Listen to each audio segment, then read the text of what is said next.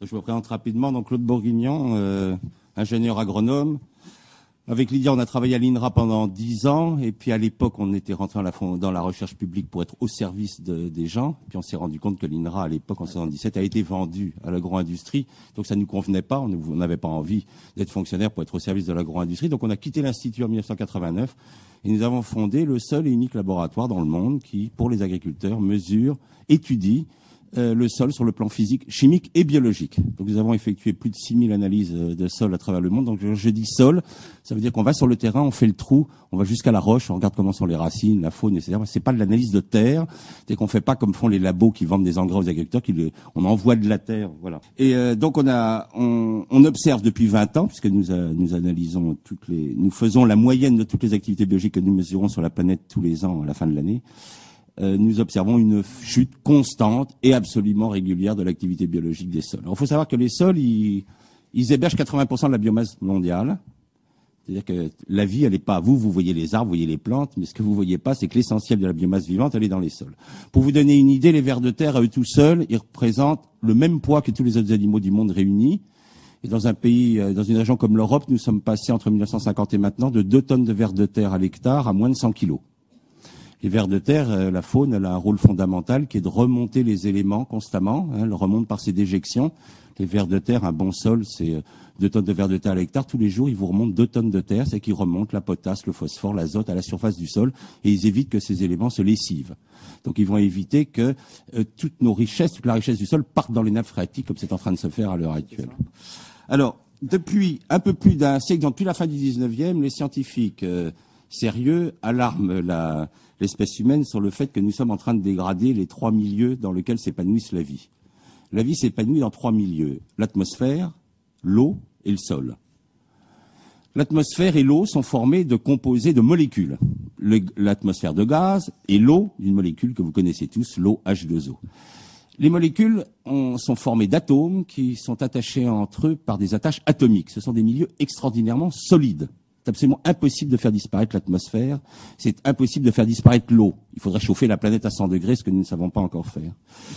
Donc, qu'est-ce que nous faisons dans l'atmosphère et dans l'eau? Nous les polluons, et on s'en prive pas. On jette des gaz toxiques dans l'atmosphère, on jette des polluants dans l'eau. Le sol est un milieu complètement différent. Le sol est un milieu qui n'existe d'abord que sur notre planète, la Terre. Vous remarquez la sagesse des anciens qui ont appelé notre planète Terre. Ils l'ont pas appelée océan, alors que 70% de la planète est couverte d'eau. Ils l'ont pas appelé atmosphère, alors que l'atmosphère fait 70 km d'épaisseur. Les sols ne font que 50 cm d'épaisseur en moyenne sur la planète. Ils l'ont appelé Terre et ils ont raison. Il n'y a qu'une seule planète qui a du sol, c'est la nôtre. C'est cette planète Terre. Et ce sol, il est complètement différent de l'atmosphère et de l'eau. Il est organo-minéral.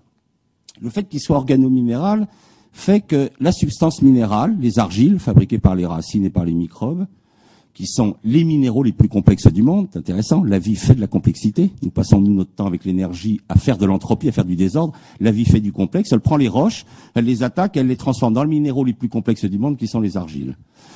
Les microbes et les champignons vont attaquer la litière pour former la molécule organique la plus complexe du monde, qui est l'humus. Et le sol, il est formé de l'attache du minéral le plus complexe fabriqué par la vie, les argiles, qu'on ne trouve que sur la Terre. Il n'y a pas d'argile sur la Lune, il n'y a pas d'argile sur Mars. Et de l'attache avec les humus, qui sont les matières organiques les plus complexes du monde. Et il se trouve que les argiles et les humus sont négatifs. Et lors de la décomposition des roches-mères et lors de la décomposition de la litière, il se libère des atomes qui ont 2 charges positives, le calcium, Ca++, le fer, l'aluminium et le magnésium, qui vont attacher ensemble les argiles négatifs et les humus négatifs pour former ce qu'on appelle le complexe argilo-humique. Or, ces attaches sont des attaches électriques, et les attaches électriques, en chimie, sont des attaches fragiles. Il est donc extrêmement facile de détruire les sols et de les faire disparaître. Alors, quel était le travail de l'humanité quand l'humanité a décidé de cultiver les sols? Eh bien, nous avons dégradé en 6000 ans 2 milliards d'hectares de terres agricoles. C'est que lorsque nous avons commencé l'agriculture, les déserts couvraient 11% de la planète, ils en recouvrent maintenant 32%. Sur ces 2 milliards d'hectares de déserts que nous avons créés, il y en a 1 milliard qui a été créé juste au XXe siècle. C'est-à-dire qu'en un siècle, nous avons détruit autant de terres que 6000 ans d'agriculture qui nous ont précédés. Alors, quelle est la situation actuelle pour l'humanité? Nous cultivons 1,5 milliard d'hectares de sol. Nous sommes 6,8 milliards d'habitants, c'est-à-dire nous avons 6,9 milliards. Donc, vous voyez, mon chiffre est déjà un peu vieux, donc nous sommes à moins de 2200 mètres carrés par habitant. Nous détruisons en ce moment la planète à la vitesse, les sols agricoles à la vitesse de 10 millions d'hectares par an, et nous bétonnons 5 millions d'hectares chaque année. Pour vous donner une idée, un pays comme la France bétonne un département français tous les 7 ans. Tous les 7 ans, il y a un département français qui disparaît sous le béton. D'accord? Donc nous avons... Alors comment on fait? Parce qu'on perd quand même 15 millions d'hectares de terres cultivées. Comment on fait pour s'en sortir? Nous déforestons 15 millions d'hectares chaque année, essentiellement dans les terres tropicales. C'est les forêts les plus importantes de la planète, celles qui évitent la différence trop grande de température entre l'équateur et les pôles. C'est pour ça que nous avons des ouragans. C'est que je travaille par exemple en ce moment sur le front pionnier amazonien. Je travaille sur la région de Lucas de Verde.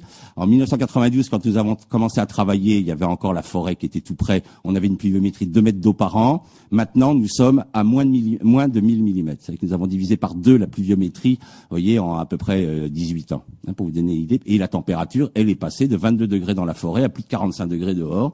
Et nous sommes en train de créer des ouragans parce que la planète se réchauffe au niveau de l'équateur et les pôles continuent à être frais. Enfin, ils se réchauffent aussi, mais pas à la vitesse où se réchauffe l'équateur. Donc, nous avons donc à l'heure actuelle une surface agricole qui est stable. Nous détruisons 15 millions d'hectares, nous déforestons 15 millions d'hectares pour récupérer ce que nous avons perdu, et la population, elle augmente de 70 millions d'habitants par an. Donc la situation devient intéressante. Qu'est-ce qui se passe à l'heure actuelle? Nous perdons, parce qu'il y a un phénomène auquel personne ne fait attention, c'est que depuis 1984, la production agricole mondiale, céréales, stagne. Nous sommes aux alentours de 2 milliards de tonnes de céréales produites sur la planète depuis 1984. C'est-à-dire que quand on a créé la révolution verte, c'est-à-dire lorsque les États ont abandonné leur rôle qui était de nourrir leur population et ont décidé de confier le développement de l'agriculture à l'agro-industrie, qui a été la pire. C'est pour ça que nous avons l'an dernier dépassé 1 milliard d'hommes en état de famine, c'est que les États ont abandonné leur rôle qui était de nourrir leur population. Nous avons dit, maintenant, on file ça à l'agro-industrie, on va filer ça à Monsanto, à Syngenta et compagnie. Qu'est-ce qu'ils ont fait, eux? Ils n'ont pas cherché à nourrir l'humanité, ils ont cherché à faire du bénéfice. Ce qui n'a strictement rien à voir. Donc, qu'est-ce qu'on a fait? On a créé ce qu'on appelait la révolution verte. Les hommes auraient dû se méfier, les révolutions sont toujours sanglantes. Donc une révolution ne peut pas être verte, elle est obligatoirement sanglante. Qu'est-ce qui s'est passé en faisant la révolution? Nous avons décidé de simplifier outrageusement le modèle agricole, c'est-à-dire que nous sortons d'une civilisation hautement raffinée, qui était l'équilibre agro-silvo-pastoral. Les paysans, ignorants, pour les scientifiques, donc abrutis, avaient créé quelque chose d'extraordinairement astucieux. Ils avaient compris que pour que le système agricole nourrisse les hommes, il fallait qu'il y ait à la fois la forêt. La forêt servait à faire des haies qui empêchaient le bétail de divaguer, fournissait du bois, fournissait aussi de la fertilisation pour les sols, ce qu'on appelle le bois raméal fragmenté. Ils avaient compris qu'il fallait régulièrement laisser reposer le sol sous la prairie. Cette prairie, on la faisait brouter par du bétail. Ce bétail donnait du fumier. Et avec ce fumier, on refertilisait les sols. C'était l'équilibre agro-silvo-pastoral. C'est le modèle le plus productif au monde par mètre carré. Je vais vous donner un exemple très simple de modèle fait par des gens soi-disant ignorants. On va prendre le modèle aztèque, avant que les Espagnols cassent tout. C'est un modèle très astucieux. Vous plantez en même temps, dans le même trou, une graine de maïs, une graine de haricot. Le haricot s'enroule autour du maïs. Le haricot s'associe avec une bactérie, le rhizobium, qui fixe l'azote. Donc il donne de l'azote au maïs. Le maïs grandit et entre les rangs de haricots et de maïs, vous mettez de la courge. Et vous récoltez sur le même champ de la courge, du haricot et du maïs. Il n'y a aucun système intensif qui n'est capable de produire autant au mètre carré. L'ennui, c'est qu'il n'existe pas de machine qui ramasse en même temps les haricots, le maïs et la courge. Ça, on n'a pas encore inventé. Donc, qu'est-ce que nous avons inventé? Nous avons inventé l'agriculture intensive. On a appelé ça intensive, elle n'est pas du tout intensive. Elle est intensive par paysan. Elle n'est pas intensive au mètre carré. C'est-à-dire que, à l'heure actuelle, avec la monoculture, c'est-à-dire un agriculteur qui va faire que du blé, il va être capable, à l'heure actuelle, un agriculteur en Amérique du Nord sur un gros domaine peut cultiver tout seul 500 hectares. Mais si vous ramenez à sa production agricole, elle est nulle par rapport à ce que faisait le paysan aztèque. Ou ce que faisait par exemple le balinais, un balinais qui fait 2 récoltes de riz par an, qui coupe les haies d'acacia, fixateur d'azote, qui met sur le sol après la récolte de riz, fait passer les canards qui ramassent les grains de riz, qui font de la merde et qui font de l'engrais, il fait 120 quintaux de riz, 0 engrais. 120 quintaux de riz, 0 engrais. Alors, on a décidé d'avancer l'évolution verte. C'est-à-dire qu'on dit, ce modèle-là, c'est beaucoup trop compliqué. Nous allons retourner à l'époque du néolithique. C'est-à-dire, on va reculer l'agriculture de 6000 ans. On va retourner à l'époque où il y avait des chasseurs d'un côté, il y avait des éleveurs de l'autre. Alors, on a mis tous les cochons en Bretagne, on a mis tous les blés en Beauce. Alors d'ailleurs, ils se sont posés des problèmes parce que comme le taux de matière organique s'effondrait en Beauce, ils se sont dit on va peut-être faire des merdoducs qui emmèneraient la merde de cochon de Bretagne jusqu'en truc. Ils se sont rendus compte que ça coûtait quand même un peu cher. Donc maintenant, on fabrique des usines qui brûlent la merde de cochon pour pas polluer la Bretagne. Vous voyez, c'est très intéressant comme modèle. Donc on a reculé l'agriculture de 6000 ans et on a fait une énorme bêtise auquel tous ces agro-industries qui ne pensaient que business n'ont pas compris, ils ont violé les lois biologiques du sol et ils ont balancé des engrais chimiques dans les sols. Qu'est-ce qui se passe quand vous mettez des engrais chimiques, en particulier de l'azote? Vous allez provoquer une réaction qui est à l'opposé du système biologique. C'est-à-dire qu'au lieu que ce soit les champignons qui fabriquent de l'humus, vous allez multiplier les bactéries qui, elles, minéralisent l'humus et dégagent du gaz carbonique. Or, il se trouve que les champignons se multiplient 20 fois plus lentement que les bactéries. Et comment ils s'en sortent, les champignons? Comment ils font pour fabriquer de l'humus?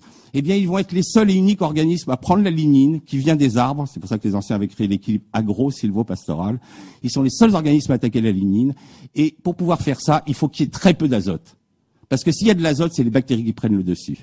Et lorsque vous mettez de l'engrais sur un sol, vous faites disparaître la matière organique sous forme de gaz carbonique. Dans un pays comme la France, nous sommes passés entre 1950 et maintenant de 4% de matière organique à 1,3%. Vous imaginez le dégagement de gaz carbonique que ça représente. L'agriculture intensive, la révolution verte, représente 40% du dégagement de gaz carbonique sur la planète.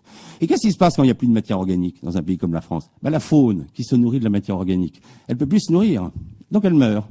Nous avons perdu 90% de nos animaux. Qu'est-ce que ça veut dire quand les animaux s'en vont? Plus de remontée biologique des éléments en surface.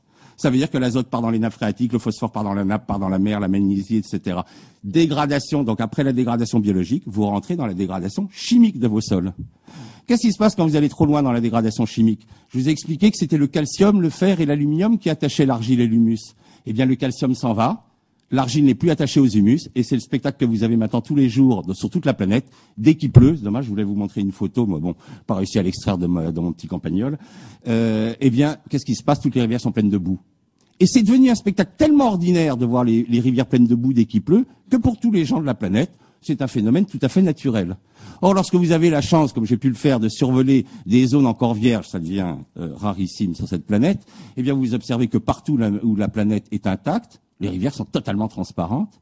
Dès que l'homme intervient avec l'agriculture, les rivières sont pleines de boue. Donc, nous perdons nos sols. Nous perdons nos sols simplement parce que nous n'avons pas respecté ces lois biologiques. Donc, qu'est-ce qui va se passer maintenant dans le futur? Il y a deux solutions. Ou on considère qu'1 milliard d'hommes qui ne mangent pas à leur faim et 3 milliards d'hommes qui sont carencés en un ou plusieurs éléments, c'est une chose naturelle avec laquelle on veut se faire. Alors nous avons une technique très simple, ça s'appelle les statistiques. Vous savez, Alfred Sauvy disait « Les statistiques sont des êtres fragiles et délicats qui, soumis à certaines tortures, sont prêts à avouer absolument tout ce que vous voulez. » Alors vous avez une façon très très simple de dire les choses. Il y a 1 milliard d'hommes qui crèvent de faim, 3 milliards qui sont carencés, c'est pas joli à présenter. Donc vous dites une chose très simple, vous dites le pourcentage d'hommes qui meurent de faim est plus faible qu'il n'était au début du XXe. Et hop, vous êtes sauvés, vous êtes tranquille. Le pourcentage est plus faible. Bon, il y a beaucoup plus d'hommes. En 1800, il y avait 200 millions d'hommes qui étaient affamés. Nous sommes 1 milliard. Mais pour quand même dire qu'on est toujours dans le progrès, on vous raconte que le pourcentage, vous voyez, comme il y avait 200 millions quand on était 1 milliard, ça faisait 20%. Maintenant, on n'a plus que 15% de gens qui crèvent de faim. Donc, c'est un gros progrès. Vous voyez, c'est comme ça qu'on s'en sort, ce qu'on appelle les statistiques. C'est très important pour les hommes politiques. On en a toujours besoin. Donc, ce qui est quand même intéressant, c'est que l'humanité, il y a deux solutions. Ou on continue à donner cette agriculture aux grands groupes agro-industriels et attendez-vous à ce que la famine continue à augmenter. Ou les États décident de reprendre, enfin, et il serait temps, leur devoir numéro 1, je tiens à rappeler quand même, parce qu'on a tendance à oublier, je tiens à rappeler M. Quesnay, physiocrate, au XVIIIe siècle, avait fait une observation remarquable. Il avait dit, il n'y a qu'une seule industrie humaine qui donne plus, qui rend plus que ce que nous lui donnons, c'est l'agriculture. Lorsque je mets un grain de blé dans le sol, j'en récupère 100. Lorsque je fais de la filature, je pèse mon coton avant la filature et je pèse le tissu après la filature, j'ai pas d'augmentation de production. J'ai en fait, ça vient d'être expliqué juste à côté, nous avons perdu de l'énergie.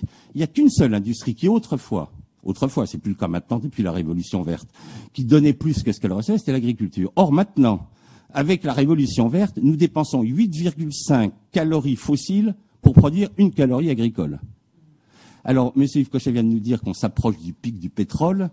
Je ne sais pas très bien comment on va s'en sortir avec cette histoire-là. Alors, pour juste vous donner une petite idée, le hors-sol, la tomate hors-sol là, qui vous arrive du Maroc, 36 calories pour produire 1 calorie agricole. Donc, quand le pic du pétrole va arriver, je ne sais pas comment on va faire. Alors, où on se décide enfin, il y a deux choses à faire.